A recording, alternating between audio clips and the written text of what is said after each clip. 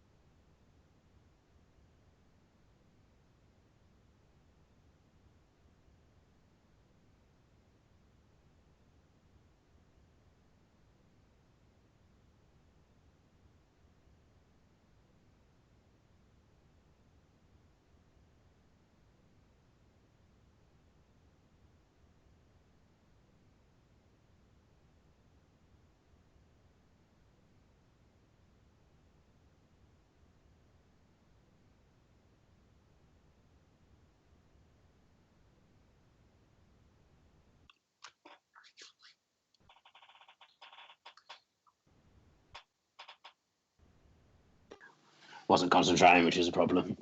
I don't know if it's working. Are we here? Hello? I think he probably is. Hello? Hello? Can you hear me? Yeah, I can hear you, but I'm looking at the screen of the YouTube live and it says we'll be live soon. I don't know if we are actually live or not. So hello and welcome.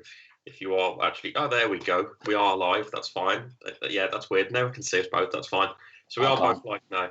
Taking your questions, get your questions in on the right-hand side of the screen. I can see all your questions coming in. But we are actually going to firstly talk about the past 10 days or so and what has actually happened at the club, Dan. So what did you make about the results and are you positive right now? At this moment in time, how positive are you?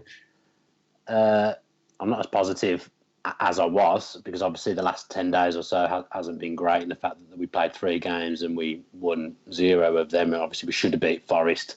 Brentford, I thought we were lucky to escape with the draw in the end, and Ipswich was the same story. We were very, very fortunate to get away with a point, although keeping a clean sheet is a positive. I still think that we'll get better as the season goes on. I definitely don't think there's any need to push the panic button yet. I've seen a lot of people calling for Di Matteo's head.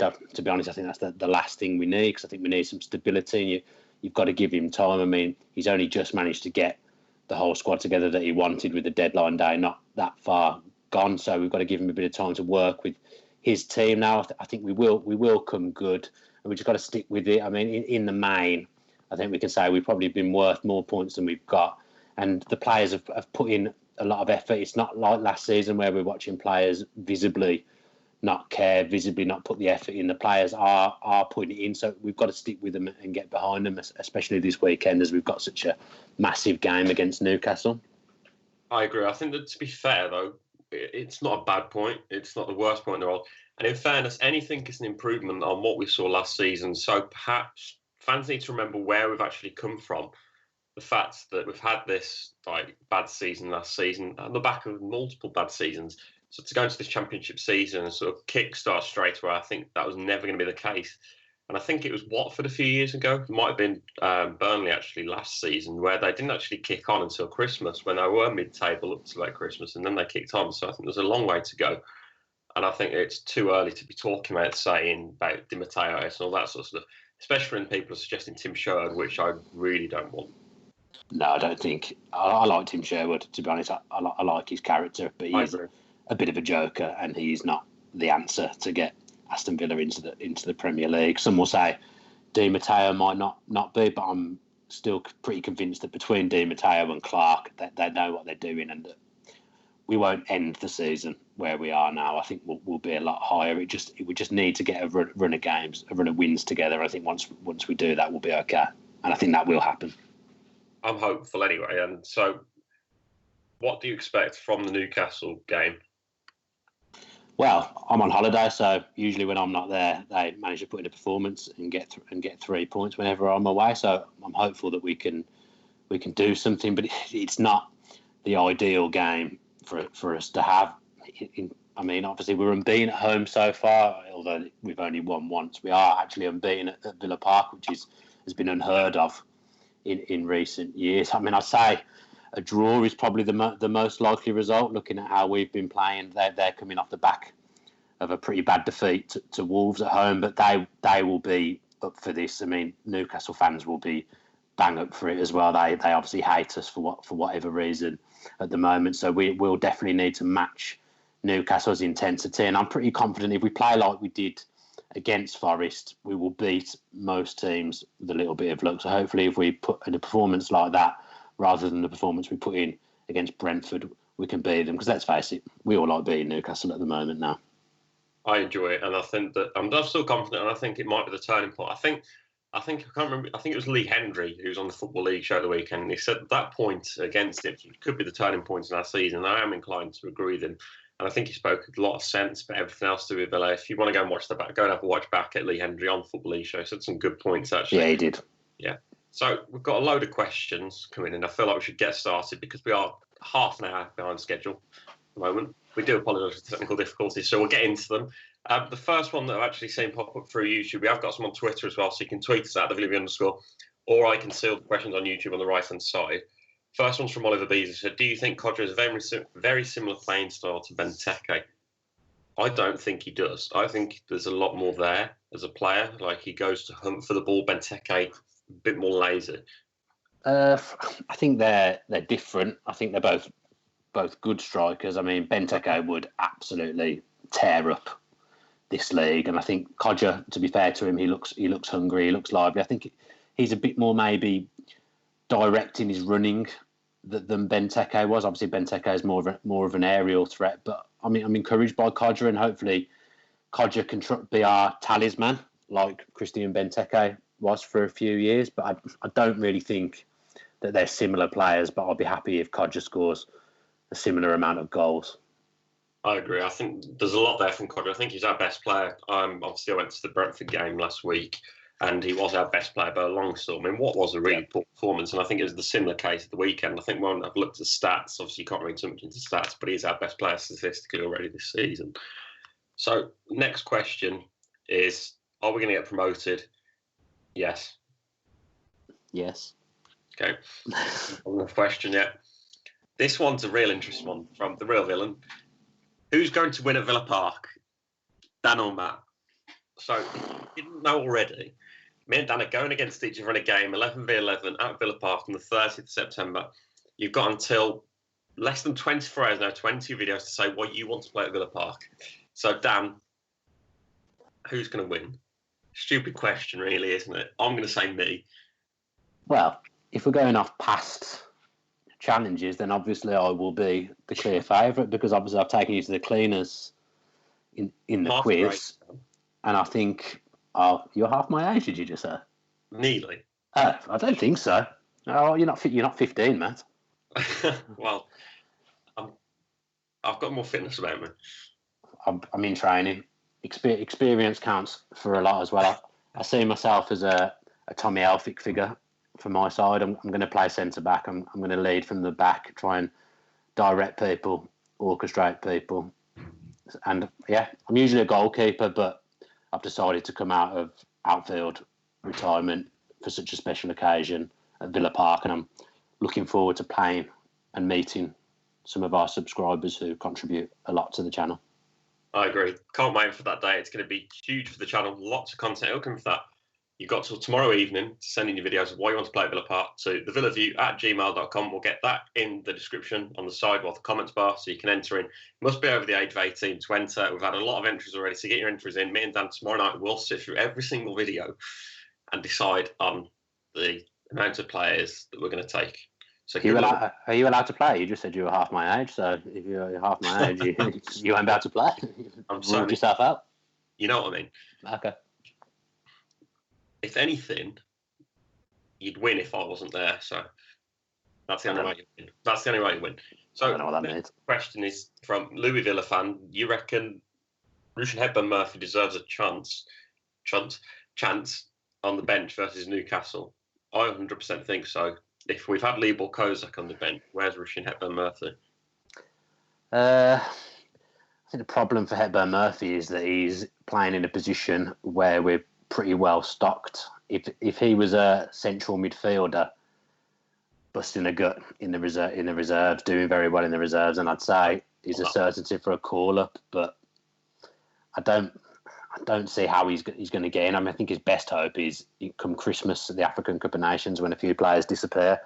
That's going to be his best bet. But I've heard rumblings about his attitude. I'm not sure how true that is, that he's a bit up himself. But in fairness, if you're going to be a goal scorers have quite a lot of swagger. Someone like Jermaine Defoe scored a lot of Premier League goals, and he believes in himself, and that's probably part of the reason why he's been such a good striker in his career. So there's nothing wrong with having a bit of belief. It's just how he's putting that across, if the rumours are true. But I don't know how true that is.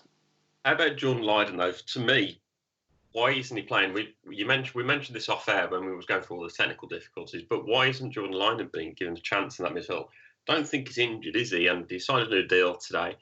Plenty of potential with that guy, and he's so versatile as well. Right back, centre mid, numerous positions. I feel like he should be given a chance, especially when Gary Gardner's produced so many lacklustre performances. I think he was injured in the summer, so I'm not sure how many times he played in pre-season. I don't remember seeing him for the first team. I'm probably wrong, but I don't remember him being involved. Maybe it's just a case of not rushing him, but he was one that I thought, come the end of last season, he was someone who I thought was going to be a certainty to be involved in this campaign, and he hasn't been so far. And like you say, Gary Gardner hasn't covered himself in glory. Obviously, the fans aren't keen on Ashley Westwood, rightly and wrongly. So I think there is a place in the 18 for him, definitely. But I think maybe it's just a case of he was injured in the summer, and I think possibly he is being protected because it's not an ideal time to throw a youngster in at the moment when we're not picking up the results that the fans desire. But he's definitely got a future at the club, and you can see that by the fact that he's been given a new contract that takes him through to 2019. Chris Darwin said Roberto Di Matteo needs to stick to his philosophy.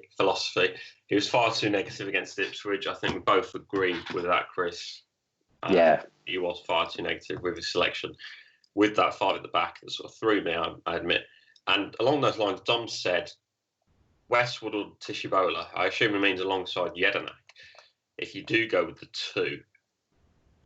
To me, I've always rated Westwood, but God knows why. Because on Wednesday night, I sort of lost my patience with him. On Wednesday night against Brentford last week, he really did annoy me the way he played. He was awful. But to me, at the moment, I'll definitely go with Tishibola. To be honest, I've not been...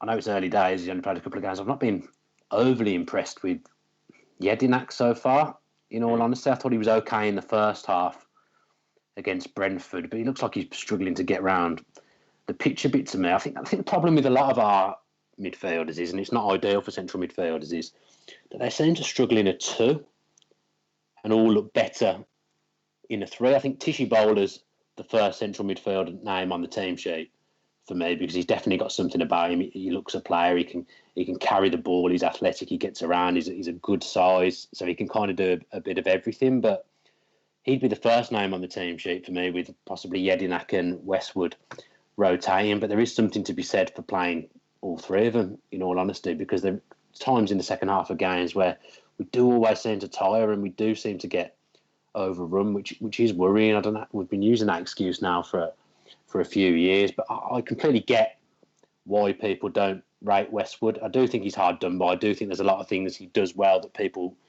don't notice, but I do get why they don't like him. But at this point, I think we need to be getting behind everyone, especially such a big game at the weekend. We don't need any negativity running through, resonating from the stands particularly.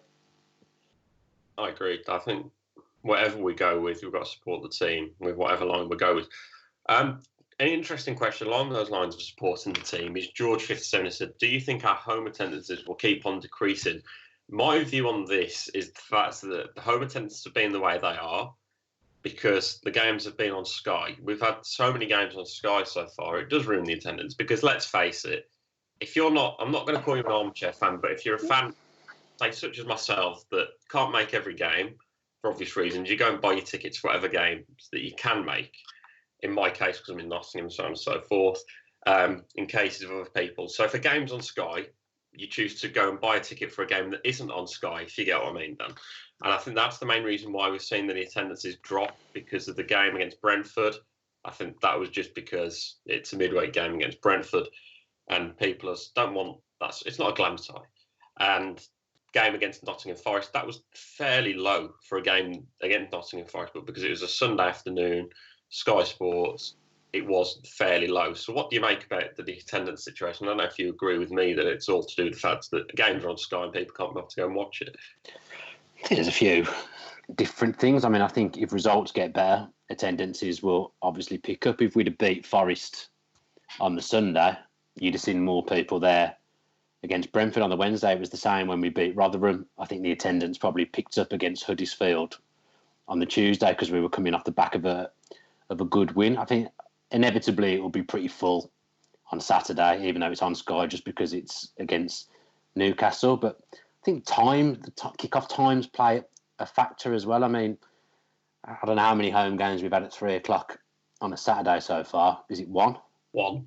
So I think that plays a part, and that's the way the world is with football. Games are inevitably going to move because of TV, and we are a reasonably big deal in the Championship, obviously. So a lot of our games are going to be on telly, but I don't knock people who don't go. It's their decision. My decision is that as long as I'm not on holiday, I will always be there. That's just the way I am. I'm probably stupid, if anything, but they'll pick up. Results will get better. Attendances will pick up. It goes hand in hand, I think, especially in the league that we're in at the moment. I agree. I do agree, and I don't buy all this sort of like I'm a better fan than you and all that sort of stuff. I don't buy that one bit. Personal decision. Yeah, exactly. Yeah. We've had a load of questions actually that I'm trying to work through.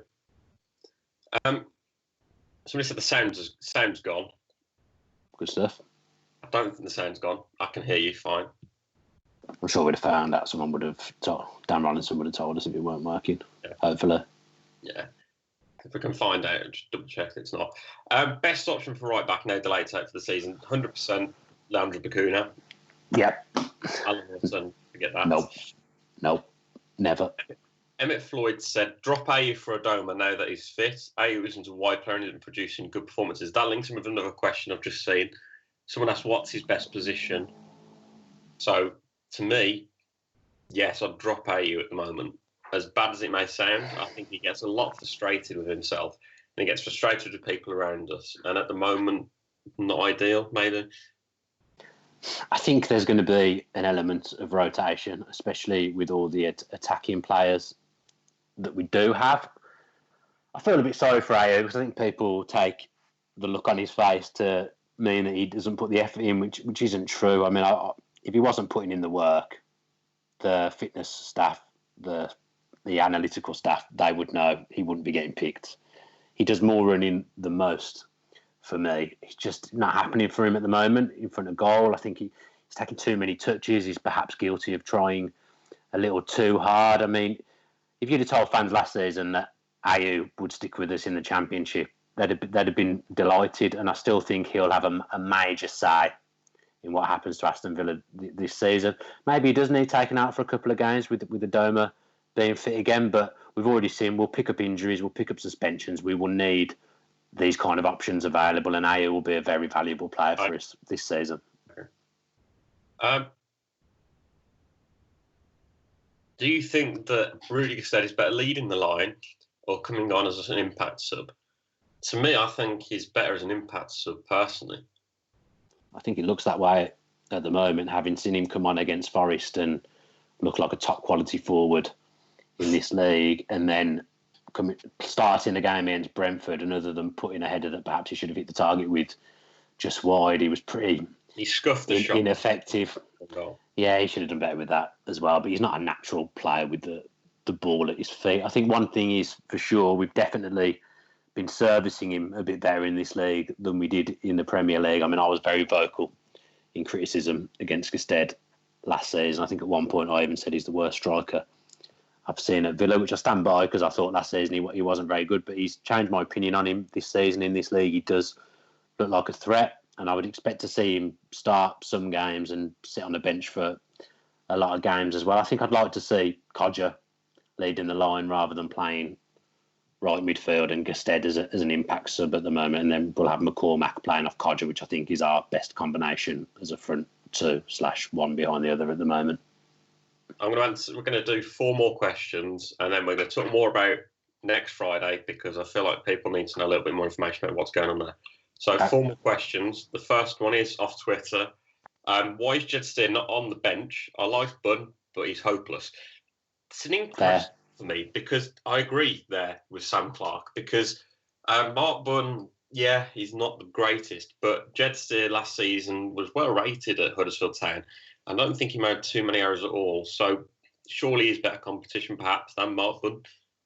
I do think it's perhaps a bit of a waste putting Bunn on the bench. I mean, Bunn's nearer the end of his career, although he's not massively old. He's nearer the end of his career than Jed Steer. And I feel like if Jed Steer's got a long-term future at Villa, he's going to gain more from being on the bench than Mark Bunn is. I think arguably Jed Steer is perhaps a better keeper as well. I thought it sounds harsh, and I know it was a good hit against Forest, but I think Mark Bunn should have done better with that first goal from Velios. I think he took a needless step to his right that he didn't need to take, and then he left himself with too much to do. He left it so he could only dive up rather than diving across. And as a keeper, I think if you get a hand on a shot, which he did on that one, I think you should save it. So I don't get why Steer's not involved, especially with him having had such a good season with Huddersfield last year. That doesn't make any sense to me.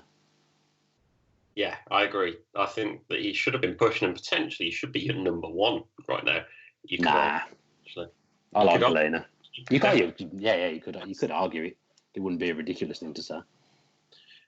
Next up is from Max Roberts, who said, on Mickey Quinn's hate of us, Dan, Is he obsessed or just a senile old man? No other reason why he despises us so much. Just a cretinous man. just an idiot. He's jumping on a bandwagon. He's seen that the Newcastle fans don't like Villa for reasons that we all know. And he's trying to keep himself relevant. I don't know how he's got a job on TalkSport because he's not a respected pundit. He didn't do much in the game. I mean, I've just wrote a blog about him for the Birmingham Mail, which some people may have seen, which I didn't think they would print, but they did, hammering him. But he's just an idiot. He's just trying to keep himself relevant. He's jumping on a bandwagon. He's trying to endear himself to Newcastle fans who aren't mad on him. I don't think Mickey Quinn's a Liverpool fan. Anyway, obviously he's got a little bit of an attachment to Newcastle. But if you ask Watford fans about what they think of him when he played for them, they'll tell you this man was not an athlete, and he's probably got as much right commenting on Villa as I have.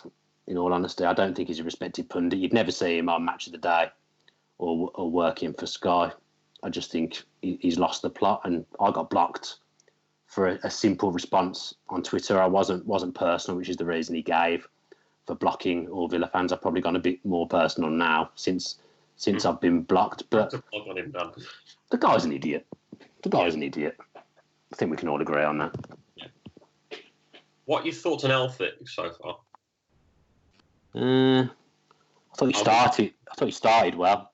Yeah.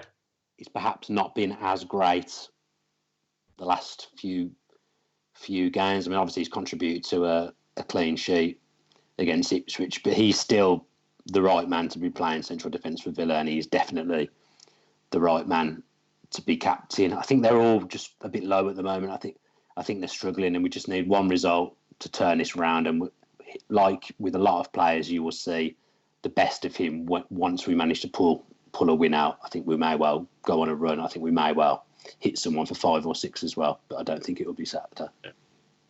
A few more questions, 2 more to go.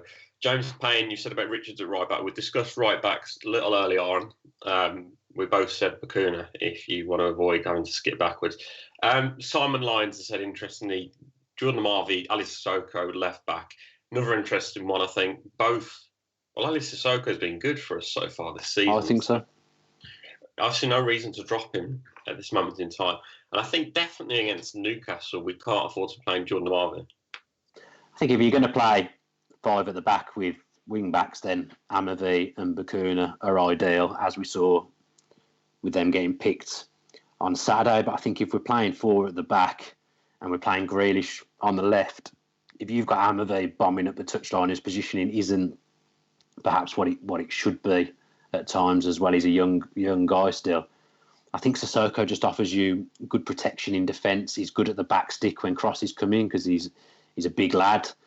He hasn't done anything wrong. A lot of people will disagree with me, but I actually think he's been one of our better players in the first 6 or 7 games, however many games we've played now. And until he does something wrong, there's no need to take him out. I mean, I really wanted Amavi to stay, and I think as the season goes on, Amavi will become more important the fitter he gets. But at the moment, Sissoko's done nothing wrong. And you've got to remember as well, we've got so many attacking players on the pitch at the moment in games. If we add another one into the mix at left back in Amavi, we could get completely overrun and get taken apart. I think Sissoko's the more solid of the two, and to me, it's making sense that he's picked at the moment. And I don't think his crossing is as bad as he's made out as well. He's already got an assist this season for Gusted's header against Rotherham.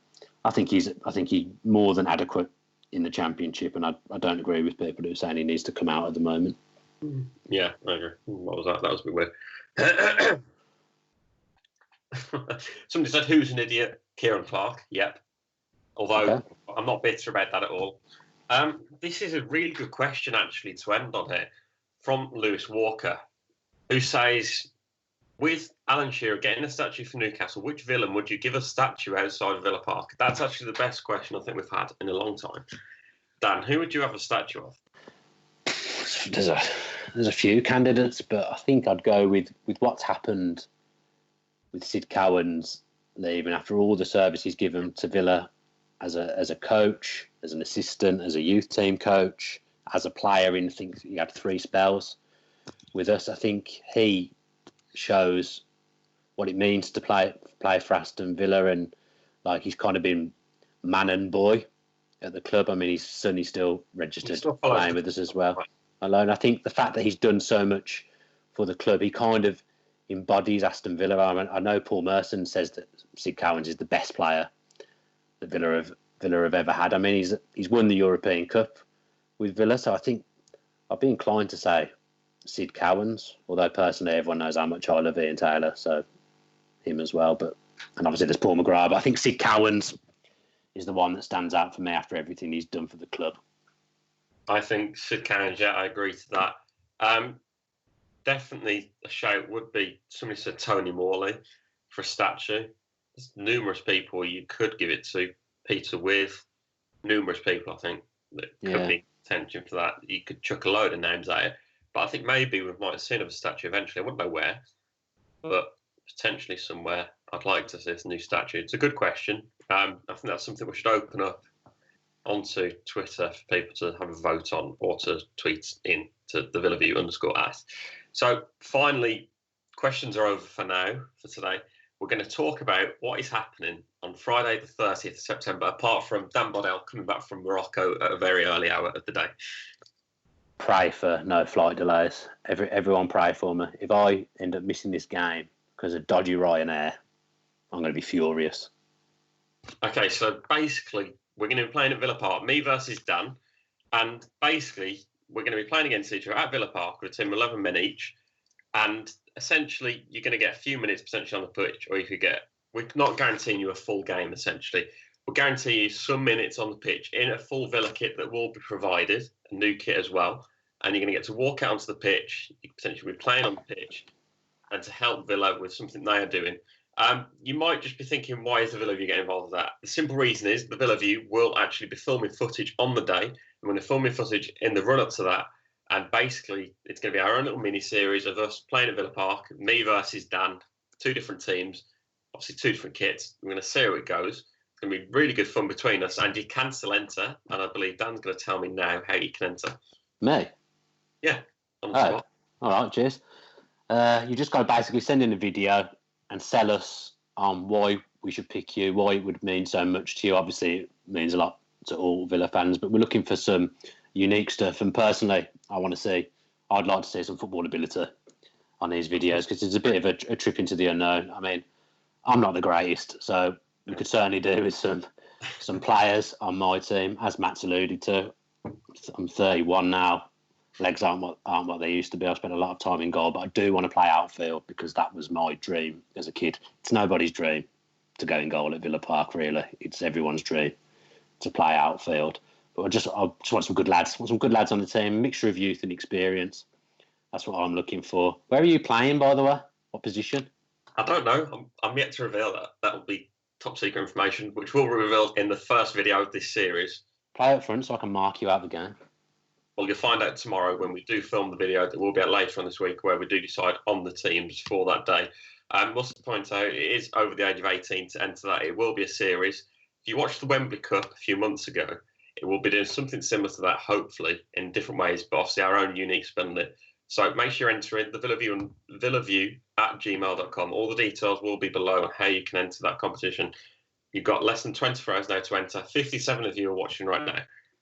At the moment, we've had a fair few entries. I'm not going to say how many, but maybe 30% of you still haven't entered off this amount of people that are watching now. So make sure you get your entries in if you can and get involved with that competition. But that is all for today. And make sure you do enter that chance. Can I just say something quickly? Yes. My dad's watching. You are not allowed to enter. You were too old, and you disgraced yourself when you were on Soccer AM. You are not allowed to enter this competition. That's harsh. I know. That's harsh. You needed to know the message. Yeah.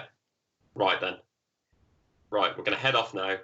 We're back tomorrow. Well, we're not back tomorrow. You won't see us tomorrow, but you will see us in a few days where we're revealing our squads. Get those entries in.